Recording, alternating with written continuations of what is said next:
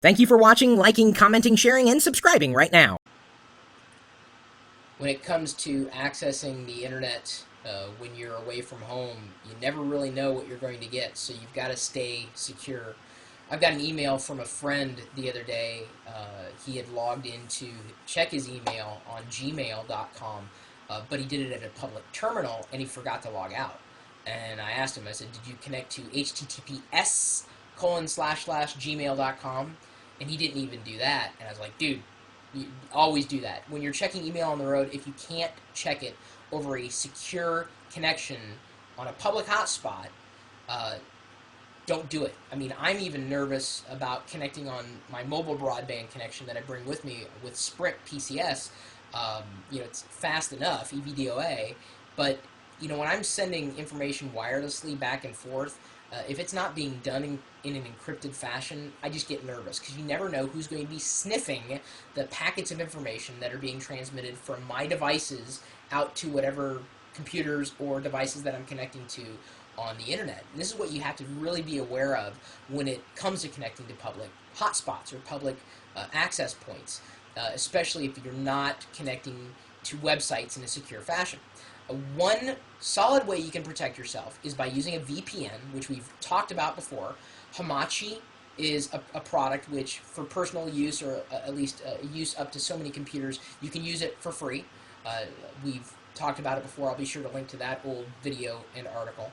And then one of you out there in the community at live.pirillo.com or YouTube sent me an email to hotspotshield.com, which is a product you can download either for Vista, XP, Mac OS X. It's been reviewed by PC Magazine, the Wall Street Journal, and even by my friends at CNN.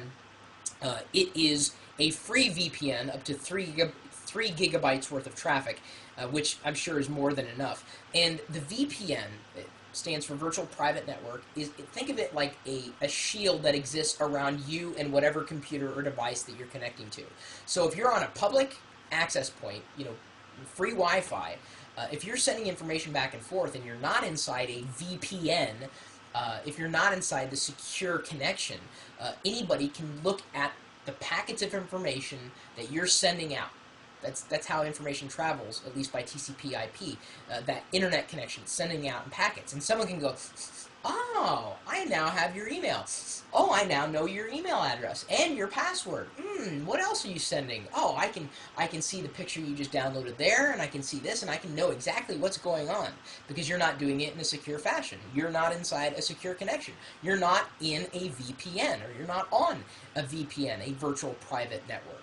A program like Hamachi, free, can help you out, or a program like Hotspot Shield, at least according to some of you, can help people out as well.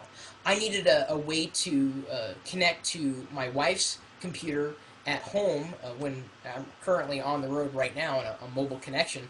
I needed to connect to her computer to do some screen sharing. She has VNC set up, which allows me to screen share remotely, but it was behind our firewall, and I didn't want to have to go through opening ports, blah, blah, blah, blah, blah. And then TeamViewer just released a Mac client, and it's free for personal use. TeamViewer, it allows you to share a screen, send files back and forth, and just basically remotely troubleshoot a computer. It reminds me a lot of GoToAssist Express, which admittedly has been a sponsor and that I've, been helping, it points beyond these videos that we record. But TeamViewer, I think, has made a great product. It allowed me to connect to her machine in a secure fashion with amazing ease. And this is a space that's heating up, to be able to get back to your home computers or get to somebody else's computer as long as they allow you in. I mean, there's certain levels of security that, that's just human level of security. Programs like TeamViewer, Hamachi, GoToAssist Express, or even this other one that is also cross-platform, Hotspot Shield. These things can help you. Now, if you have had any experience with any or all these or others, let me know what you think, especially if you know something about Hotspot Shield or have used it to a good degree. If you use TeamViewer, GoToAssist Express, which one do you like most? It's my wife. She's not asking for tech support. She's saying, okay, boy, I'm making soup for dinner. Sushi was closed. I'll have it tomorrow. Can you see it there? Her text message. Oh yeah, that's speaking of Go to Assist Express. That's by Citrix. When I was out helping them at their convention, this was their logo. Oh, need to do this in the next half hour because I need to talk to someone before 11. Isn't that cool? It has a little network port here on his forehead. That's not real. It was a Photoshop. Anyway, it's probably secure, I'm guessing. That's the Go to Assist Express product that they were promoting. Really cool product as well. So let me know what you think about VPNs, especially in relation to people who don't know a lot about technology. These are the people who need VPNs most. So if you're not a geek, hopefully you haven't tuned out by now. This is important.